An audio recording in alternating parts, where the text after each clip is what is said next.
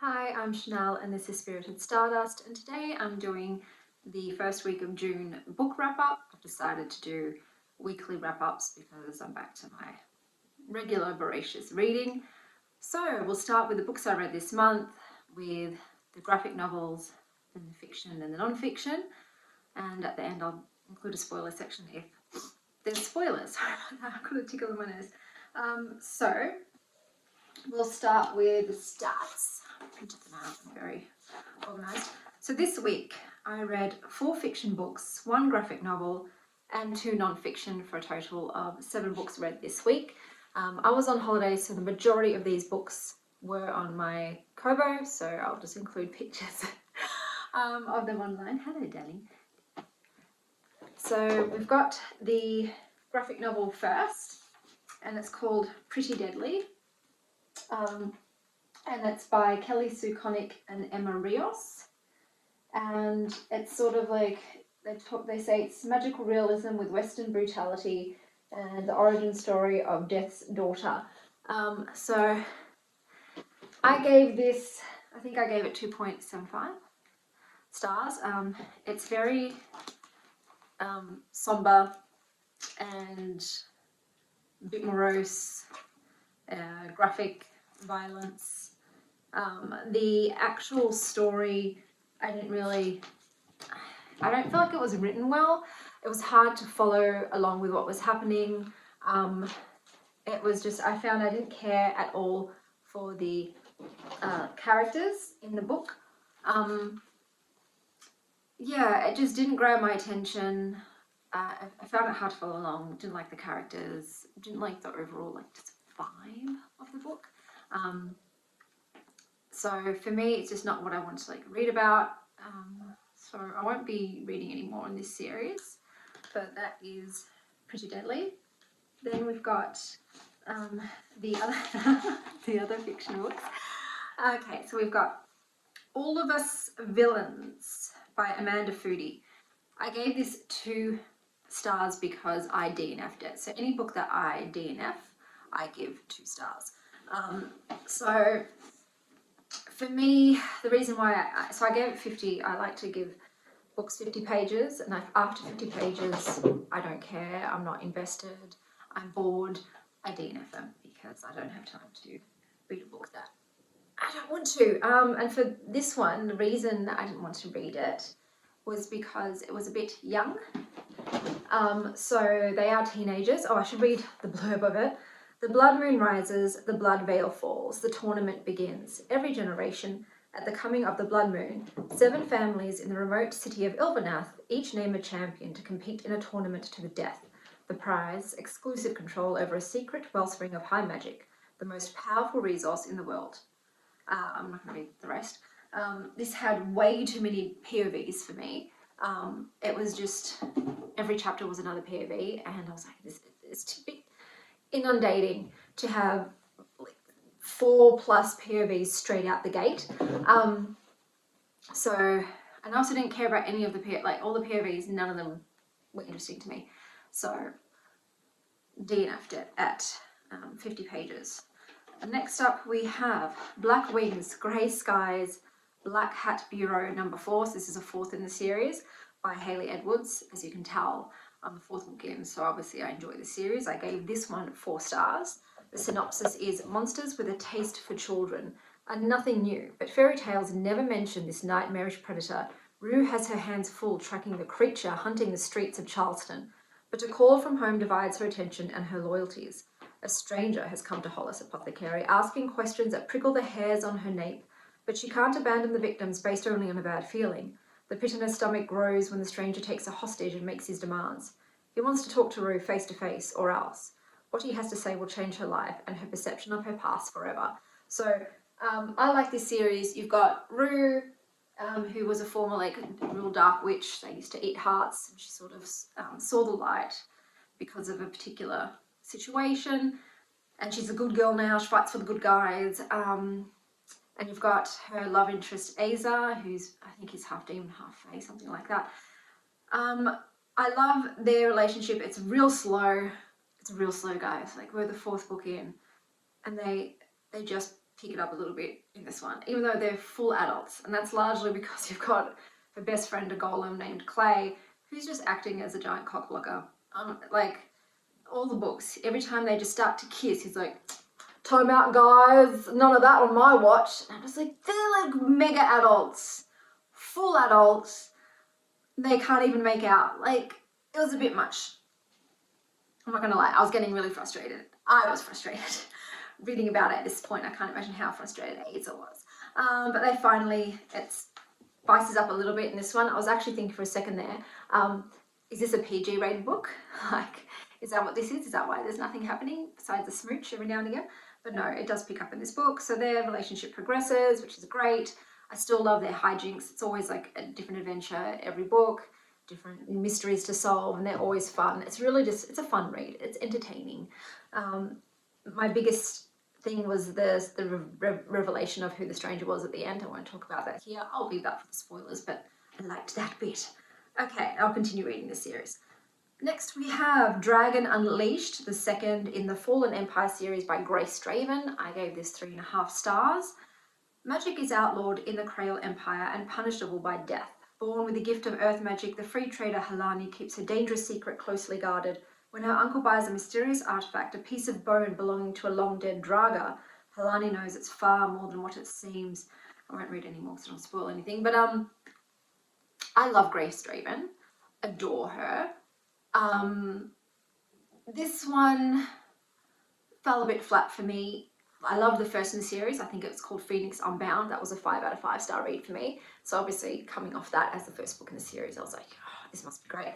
This was a bit boring. So it was just a bit real slow paced. The main characters were a bit boring. This one piece of hair is really just bothering me. Were really dull, even though it's like they're not meant to be dull, but they just came off as real meh. It was still sweet, like I still read it, I didn't DNF it, but I won't be continuing on with this series. Like I read some reviews for the third one and it's like, it gets worse. Like, nah, I'll wait for something else she writes, because like I said, normally I adore her books and especially her relationship dynamics, but this one was just, like I said, not really into it. Next up, we've got Court of Darkness, Institute of the Shadow Fae. This is the second installment in that series by C.N. Crawford. I gave this 4.25 stars. I will not say things are going well, exactly. I live in a burnt-out car under a bridge, surrounded by rubbish. When Ruoden shows up to bring me back to the Institute, I leap at the chance. That is, until he throws me into the dungeons. I'm on the naughty list, and the mentor who once trained me is cold as ice. Now I must pass every single trial, or the Institute's executioners will rip me to pieces. Good thing I can handle it. I was the queen of the gladiator ring, and I do not go down easily. So this is the second in the series, and it follows Ariana, who I like. So I like it when I really like the protagonist. She's got a bit of spice, she's got personality. I buy her level of her brawn and bravado. Sometimes I don't buy it, but this one I buy hers. In terms of her and Ruoden, once again, it's one of those slow romances, but it's the 2 steps forward, 1 step back, and I don't like that one. I don't like it when they play hot and cold. I'm not into a hot and cold, you know, twin flame type scenario, thanks. So I'm still going to read the next one because I still enjoyed the hijinks in this one, but I'm hoping they flesh out his character a bit more because he's quite dull in comparison to her. Like literally in the first book he was mute, so he didn't even talk. But this one he does talk, but it's a bit like, oh, is he going to evolve or is he going to stay a very 2D character? That being said, I did enjoy it. I will read the next one. I was like really happy with the reveal of her friend. I don't want to say anything more than that. I'll talk about the spoiler section. But yeah, that was Court of Darkness. Next up we have,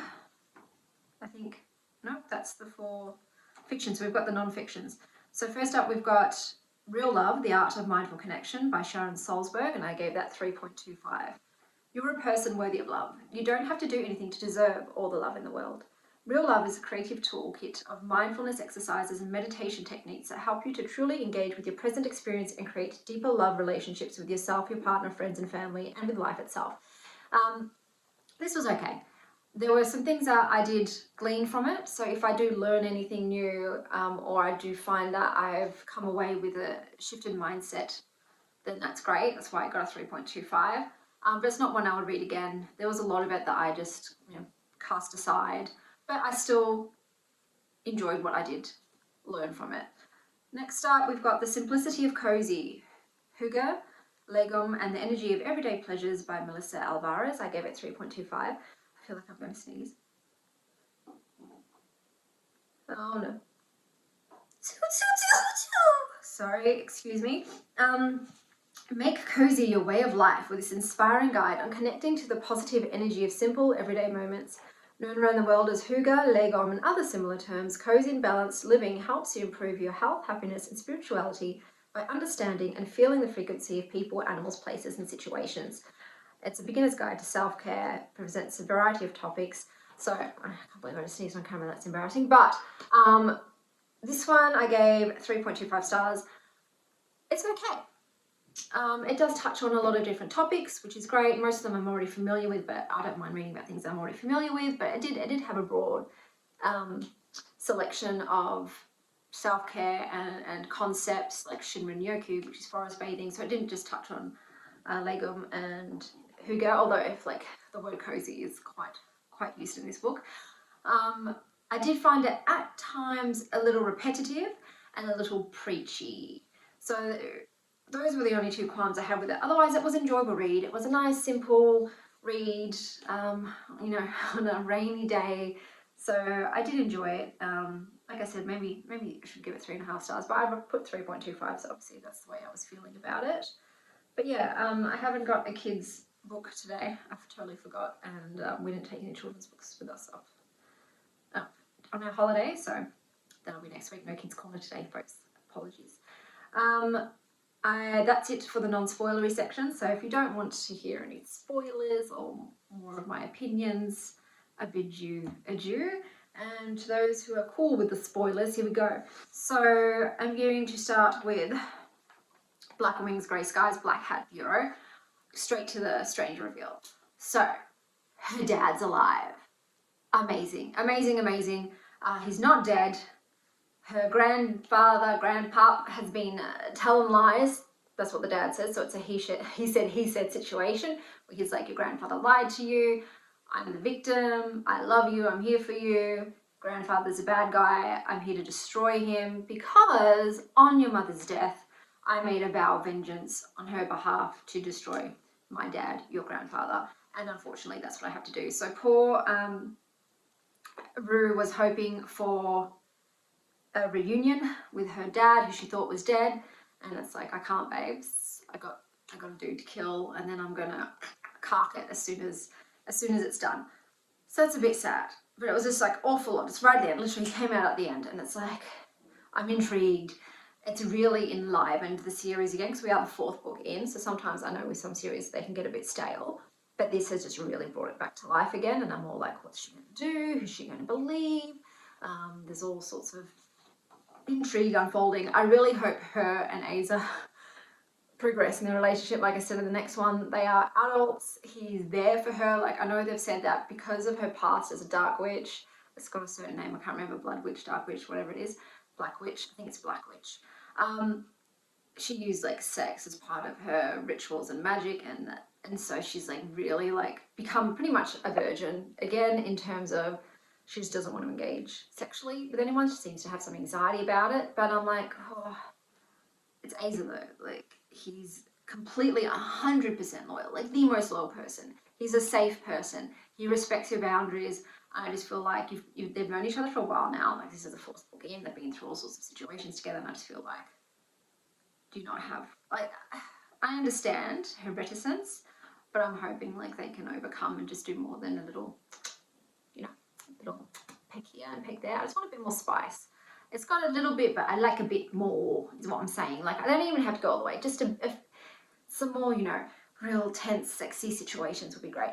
And I really hate, though, that they made Clay the cock blocker, the golem condom, because it's just, you just dislike him now. He's just a buzzkill. Like, no one likes that guy. No one likes the guy that pours water on, cold water on them. So I'm hoping, you know, now that they've stepped up a little bit with their intimacy, he can just go back to being a fun play instead of, you know, this dude. Then we've got Court of Darkness. So that was with Ariana and Rawdon. So Ariana, she's great. I like her. She's spunky. I love her best friend. I think her name is it Ciara? Because I think they combine their names and they call themselves like Siriana. They're adorable. I love them. It's the best besties. And I love the, you know, surprise at the end when the guy that she hates, and I've forgotten already, this is why I have to do book reviews every week because I've already forgotten the bad guy's name. I feel like it's Belladon. It's probably not. But when he tries to kill Siriana in front of Ariana, and then she just like erupts into flames because I think she's like a fire demon. I was like, oh yes, she's not just look. I understand, you know, sometimes some people might like, or the powerful people have like, you know, mundane human friends who are really weak. But I live in the human world. I read these books because I want to read about like people with power and magic. So when someone's got like a best friend that's human and the whole time they're just concerned about their safety and they're worried for the human friend, that's just a big downer for me. And I'm like, cut her loose, like get rid of the weak link. But now Ciara, I'm just gonna go with that's her name, can hold her own clearly. But I was like, oh, you held out. And I'm like, why did she not come clean to Ariana about what she was? Why was she pretending to be just like a little itty bitty human girl?